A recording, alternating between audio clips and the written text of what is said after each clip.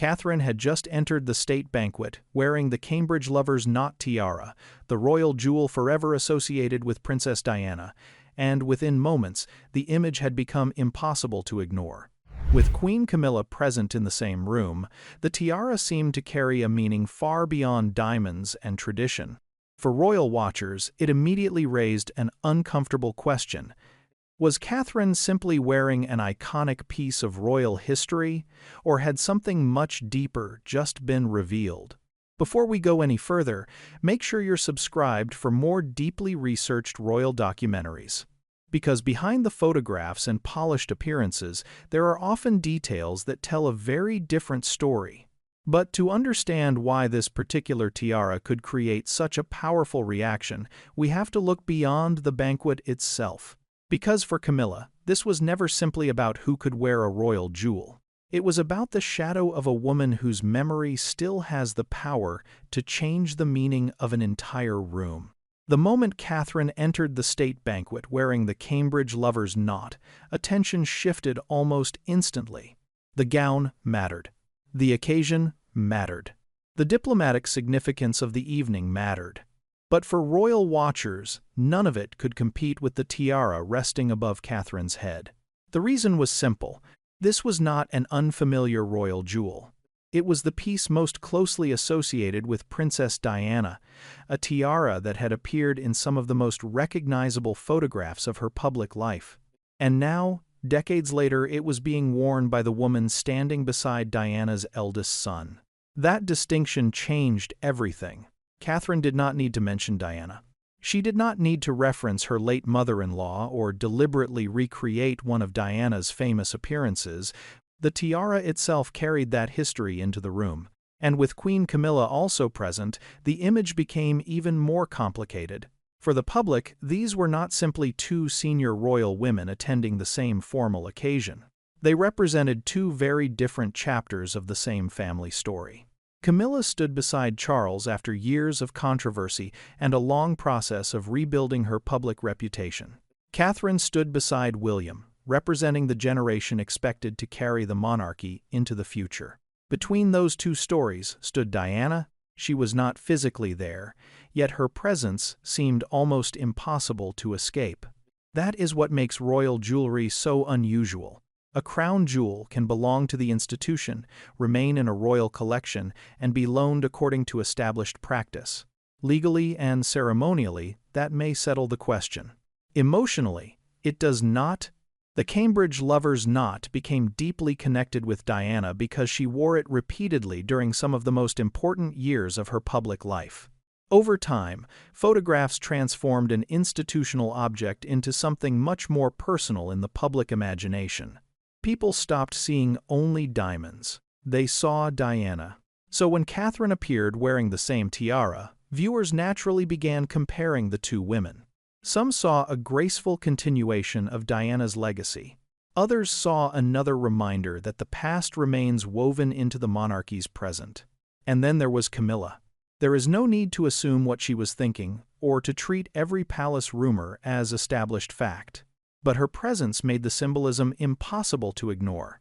After everything that had happened between Charles, Diana, and Camilla, almost any object strongly associated with Diana could carry emotional consequences. That is why this photograph became more than a photograph. It raised a question the palace could never answer through protocol alone. Who actually controls the meaning of a royal symbol, the institution that owns it, or the millions of people who remember what it once represented? And the answer becomes even more complicated when we understand exactly how the lover's knot became Diana's tiara in the public imagination. For Camilla, the image carried a meaning that went far beyond the question of who was entitled to wear a particular royal jewel, because there was one reality she could never completely escape.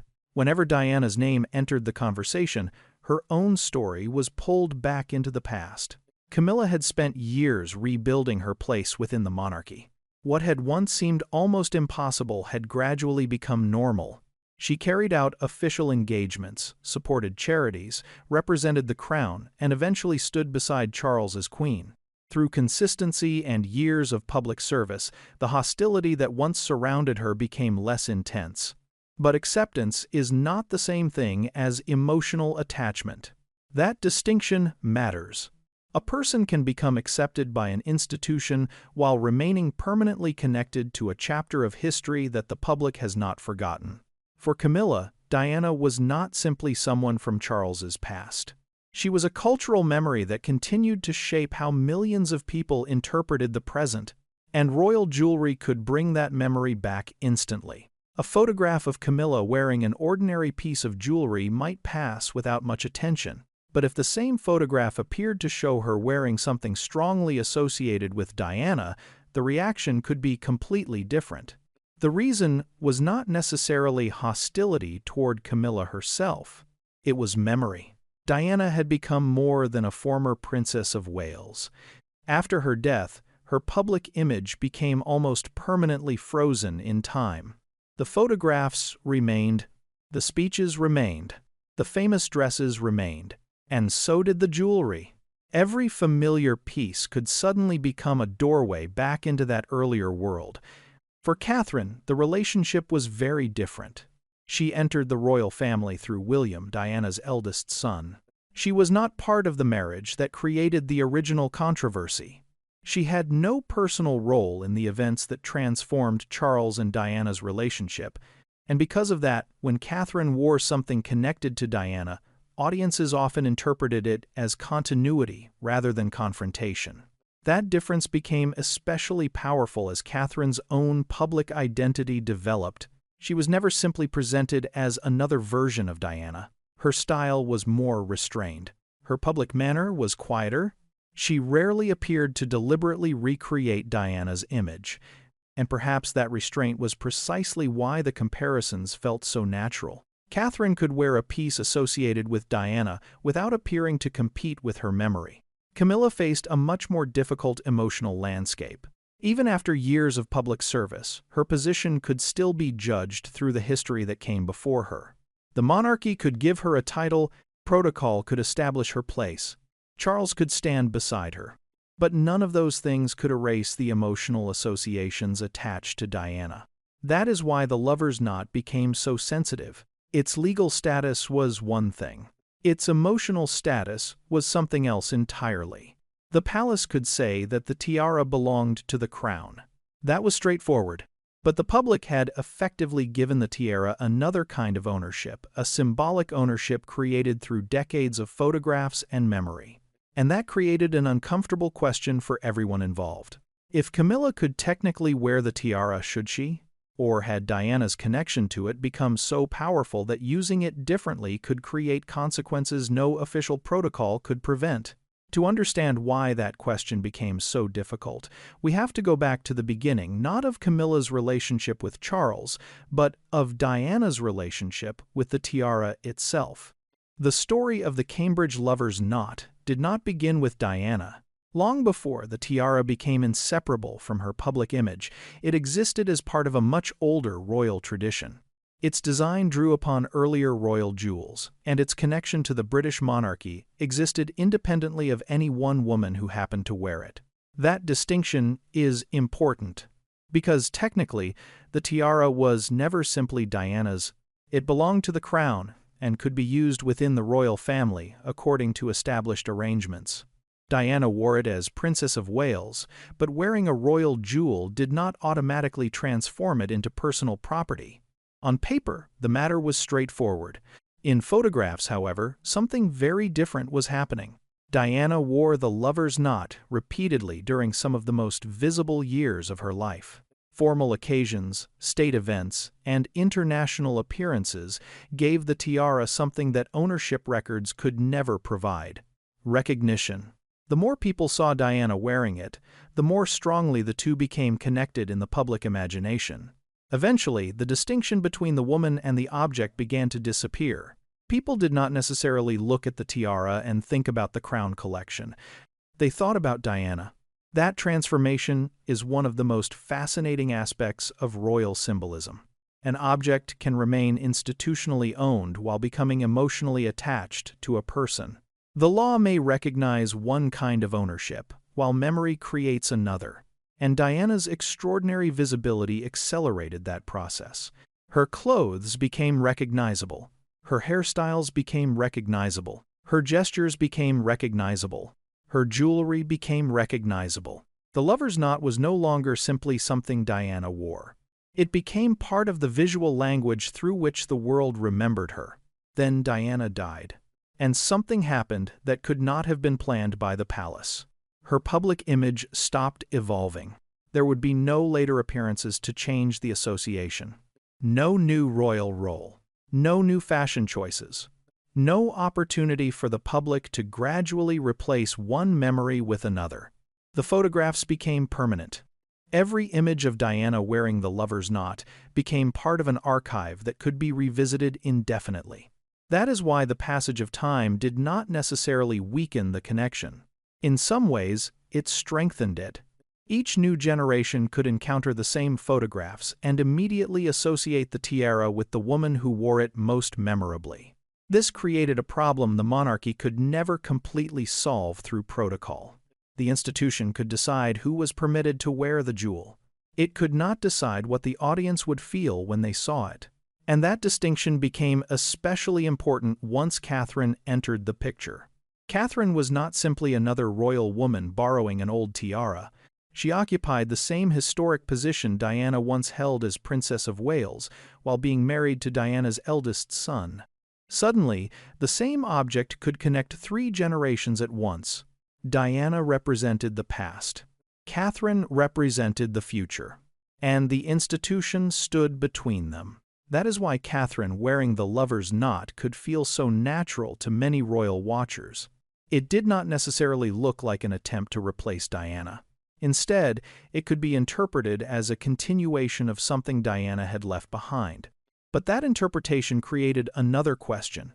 If Catherine could inherit the emotional meaning of Diana's most recognizable tiara simply because of her position beside William, what would happen if Camilla wanted to wear it too? That was where an apparently simple piece of jewelry could become something far more complicated. Because the question was no longer about who owned the tiara, it was about who could carry its memory without changing what that memory meant. And behind that question, according to reports surrounding the royal household, there may have been a private disagreement that the public never saw. The most intriguing part of this story may be the conversation that never appeared in public. According to reports surrounding the royal household, there were questions about whether Camilla might have access to the Cambridge lover's knot for a major royal occasion. It is important to separate those reports from established fact. There is no publicly verified record proving that a dramatic confrontation took place exactly as described, but the possibility alone reveals something important about the monarchy. Because there was never necessarily a simple rule saying Camilla could not wear the tiara, the jewel belongs to the crown, not to Diana personally. In purely institutional terms, that means it can be used within the royal family according to royal arrangements. So why would such a decision become emotionally complicated?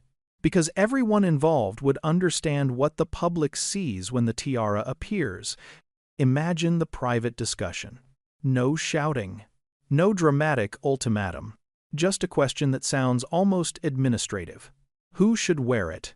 On one side is Camilla, the queen, whose position within the institution is now firmly established. She has spent years proving that she belongs within the modern monarchy. On the other is Catherine, the Princess of Wales, whose position places her directly within the same royal tradition Diana once occupied. And attached to that position is William, Diana's son. That is where the emotional pressure becomes difficult to ignore. Reports have suggested that Princess Anne may have been uncomfortable with the idea of Camilla wearing the lover's knot, with some accounts portraying her as believing the tiara was symbolically better suited to Catherine. Again, that specific private exchange has not been publicly established. But the story gained attention, partly because Anne's reputation makes the idea seem plausible to many observers. She is not usually associated with royal glamour or palace intrigue. Her public image is built around practicality, discipline, and duty. She has spent decades treating royal responsibilities as work rather than performance. If someone like Anne were to object to the use of a particular jewel, the question would naturally become more serious. Perhaps the issue would not be Diana herself. Perhaps it would be perception. Anne would understand something that the institution has learned repeatedly. Royal decisions do not end when the palace makes them. They continue when the public sees them.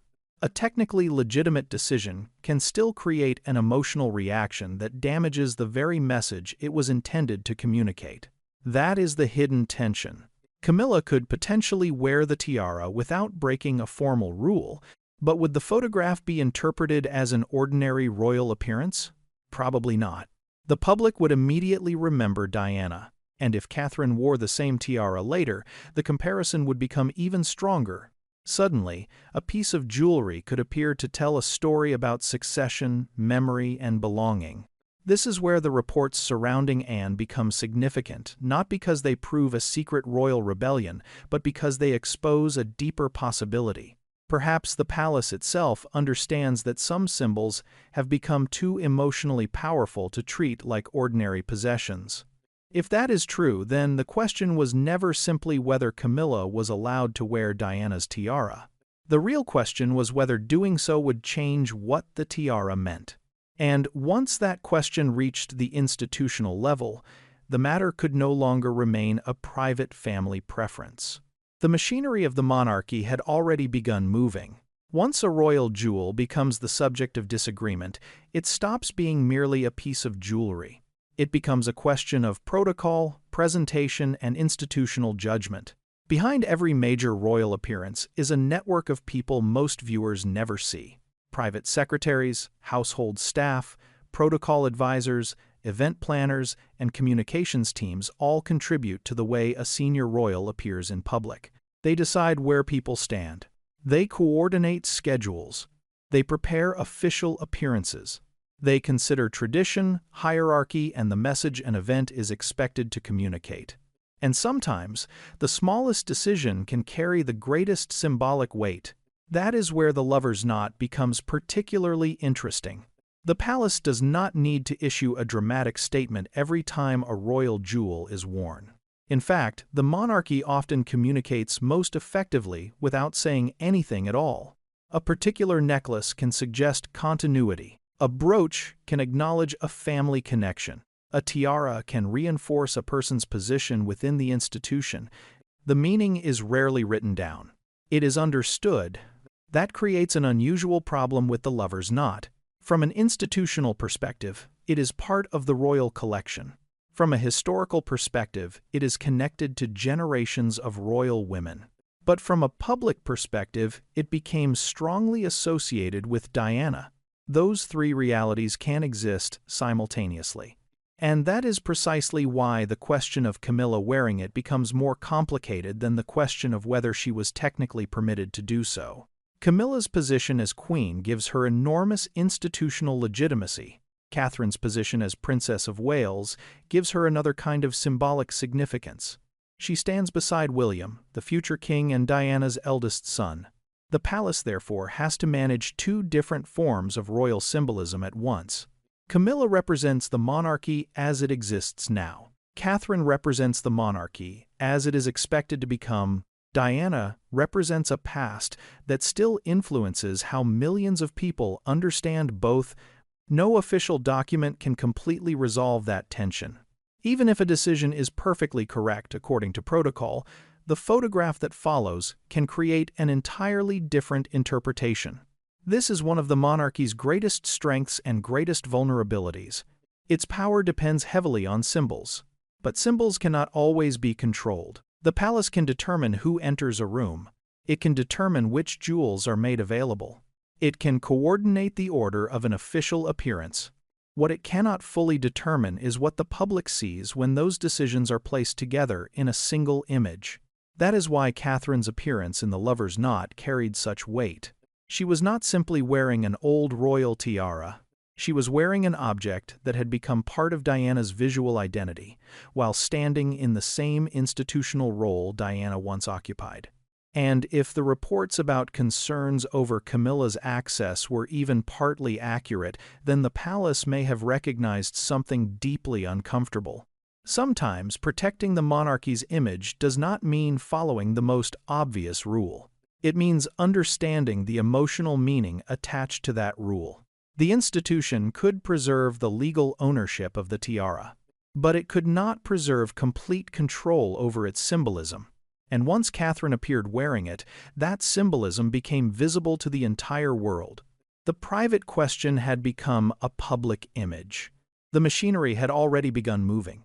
But the real consequences would only become clear once that image escaped the palace walls. By the time Catherine appeared wearing the Cambridge lover's knot, the debate no longer belonged to private conversations. The photograph had done something that no palace briefing could have achieved. It had made the symbolism visible. Catherine stood before the cameras wearing the tiara most closely associated with Diana, and almost immediately, familiar images began returning to public consciousness. Old photographs resurfaced. Comparisons spread across royal coverage. Viewers remembered Diana wearing the same piece at major occasions, and suddenly Catherine's appearance was being interpreted through a history that had begun long before she entered the royal family. But there was something different about this moment. Catherine was not attempting to recreate Diana. Her presentation was distinctly her own. That distinction matters because the strongest comparisons between the two women have rarely come from Catherine herself. They have come from the audience. For many royal watchers, seeing Catherine in the lover's knot created a feeling of continuity. Diana had once worn it as Princess of Wales. Now Catherine occupied that same position beside Diana's eldest son. The tiara therefore appeared to connect two generations without requiring Catherine to imitate the woman who came before her. And the timing made the image even more powerful. Catherine had spent an extended period away from public duties while undergoing treatment for cancer. Her return to major royal appearances carried emotional significance independently of the jewelry. Then came the tiara. Suddenly, two separate stories became one. The Princess of Wales was returning to public life, and she was doing so wearing one of the most recognizable symbols of her late mother-in-law. For many people, that felt meaningful, not necessarily because Catherine intended to send a message, but because the public was already prepared to see one. That is the strange power of royal symbolism. Intent and interpretation do not always match. A person can make a perfectly ordinary decision and still create an extraordinary public reaction. The palace could explain the tiara's institutional status. It could point to royal tradition. It could say nothing at all. None of that would stop people from seeing Diana. And then came the uncomfortable contrast. Camilla was also there. Her presence transformed the image from a simple tribute to a much more complicated family portrait. For some viewers, Catherine wearing Diana's tiara represented continuity and healing. For others, it reopened the unresolved history surrounding Charles, Diana, and Camilla. Neither interpretation could be completely separated from the photograph itself. The image had become larger than the event. This is also where the reported story surrounding Camilla and the tiara gained renewed attention. If there really had been private hesitation about who should wear it, Catherine's appearance suddenly looked less like an abstract question of royal protocol and more like the visible outcome of a much deeper symbolic calculation. But there is an important limit. A photograph cannot prove what happened behind closed doors. It cannot tell us what Camilla thought. It cannot prove what Anne said. And it cannot establish whether Catherine deliberately chose the tiara because of Diana. What it can show is how powerfully the public responded. And that response revealed something the palace could not easily manage. Catherine had not simply worn Diana's tiara. She had reminded millions of people that Diana's symbolic position within the monarchy had never truly disappeared. The question now was no longer whether the public would notice. They had. The question was what William, Diana's son and Catherine's husband, would make of a symbol that had suddenly brought his mother's memory directly into his wife's royal future. For William, the Cambridge lover's knot carries a meaning that the public can only partly understand. To millions of people, it is a beautiful royal tiara associated with Diana. To William, it is connected to his mother. That difference changes the emotional weight of everything that happens when Catherine wears it. William has spent much of his adult life living between two worlds. He is Diana's son, carrying memories of a mother whose public image became larger after her death. But he is also the future king, expected to protect an institution that operates according to tradition, protocol, and continuity. Those two identities do not always fit comfortably together. When Catherine appears in a piece of jewelry strongly associated with Diana, the public may see a touching connection between mother-in-law and daughter-in-law. William may see something more complicated. He may see his mother's memory entering a new generation of the monarchy. And that can be both comforting and difficult. Catherine has never needed to become Diana. In fact, her public strength has often come from being visibly different. Her manner is quieter. Her presentation is more restrained. Her relationship with the media has developed in a completely different era. That distinction allows her to acknowledge Diana's legacy without appearing to compete with it. The lover's knot, therefore, becomes a bridge rather than a replacement.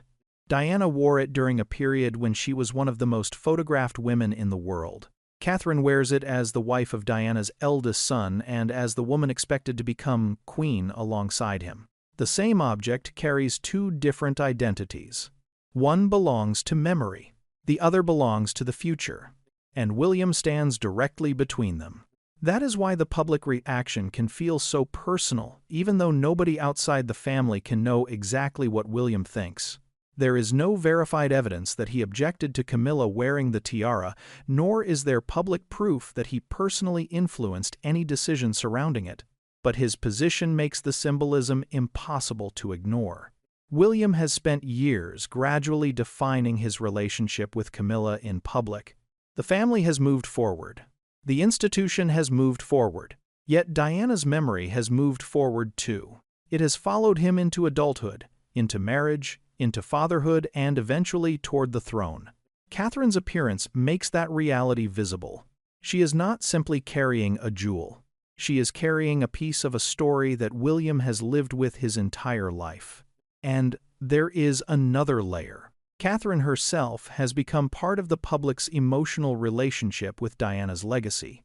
When she wears Diana-associated jewelry, audiences often interpret it as respect, continuity, or even healing. But that interpretation also places pressure on Catherine. She must acknowledge Diana without appearing to imitate her. She must represent the future without dismissing the past. And she must do all of this while standing beside William, whose connection to Diana is far more intimate than any photograph can communicate. That is why the lover's knot can create such an unusual emotional triangle. Diana is absent, Catherine is present. William connects them, and Camilla remains part of the same family history. No one needs to speak for the symbolism to exist. The photograph is enough. But once the photograph reached the public, the family could no longer control what it meant. And what happened next was even more revealing. The story stopped being about what the palace intended. It became about what the world believed it had just seen. Once the photographs began circulating, the palace no longer controlled the story. The banquet had lasted only an evening. The image would last much longer. Within hours, the familiar debate returned. Why was Catherine wearing the Cambridge lover's knot? What did it mean? Was it simply a traditional royal choice, or did the tiara carry a message that the palace had never intended to make explicit? And, inevitably, Diana's name returned. Old photographs were brought back into circulation. Images of Diana wearing the same tiara appeared beside photographs of Catherine. The similarities were obvious, but so were the differences. Diana belonged to another era. Catherine belongs to the monarchy's future. Yet the same jewel connected them. For many viewers, the comparison was deeply emotional. Catherine had already become the subject of enormous public sympathy, following her treatment for cancer and her extended absence from public duties. Her return to a major formal occasion therefore carried meaning before the tiara was even considered. Then the lover's knot appeared. Suddenly, the image seemed to tell a story of return, continuity, and inheritance. But not everyone interpreted it that way. Some argued that the emotional connection to Diana should not determine who wears a crown jewel. If the tiara belongs to the institution, they reasoned, it should remain available according to royal protocol. Others saw the issue differently. For them, institutional ownership did not erase cultural meaning. A royal object could belong to the crown while still being inseparable from the person who made it famous. That disagreement is what made the story so difficult to contain. It was no longer simply about Catherine. It was not even really about Camilla. It became an argument about what the monarchy itself represents. Is the institution built primarily on rules and continuity? Or does it survive because it understands emotion, memory, and symbolism? The debate surrounding the lover's knot revealed that these two ideas can sometimes collide. And the more people discussed the photograph, the more complicated the Camilla question became. Because Camilla's presence beside Catherine meant that viewers were not looking at an isolated piece of royal history. They were looking at the aftermath of one of the monarchy's most painful family stories. Charles had married Camilla. William had married Catherine. Diana's sons had grown into the next generation of the royal family. And somehow, the same tiara had become a visual thread connecting all of them. This is why claims about private disagreements attracted so much attention, even when the details could not be independently verified. The public already knew the emotional history. They did not need every private conversation to believe that the symbolism could be complicated. But there was an important danger in allowing speculation to become fact. A photograph can reveal what people saw. It cannot reveal what happened behind closed doors. The alleged conversations involving Camilla or Anne remain reports unless supported by reliable evidence. What can be established is the reaction.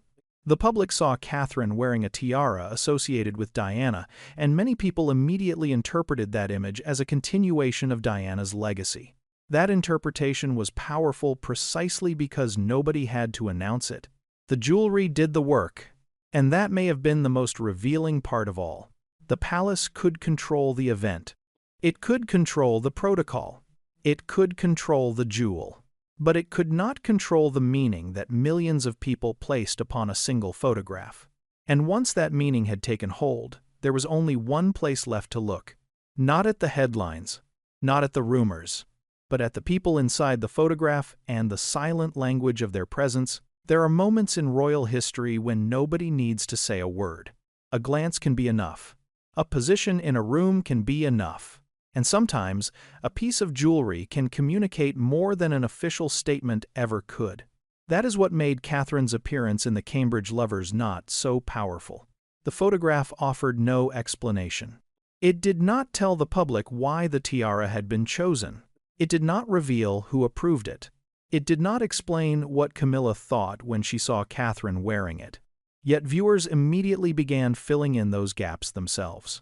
Catherine appeared composed, carrying herself with the quiet confidence expected of someone at the center of the monarchy's future. Above her was a tiara that had become inseparable from Diana's image, and nearby was Camilla.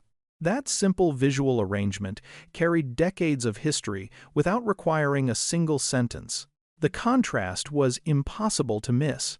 Catherine represented William and the generation expected to inherit the crown. Camilla represented Charles and the monarchy as it exists today. Diana represented the past that still lives inside both stories. She was not physically present, but her absence was almost part of the image. That is the strange power of royal symbolism. Sometimes the person who is missing can become the most visible person in the room. For Diana, the lover's knot had become part of a recognizable visual identity. The public had seen her wearing it repeatedly, and those photographs remained available long after her death.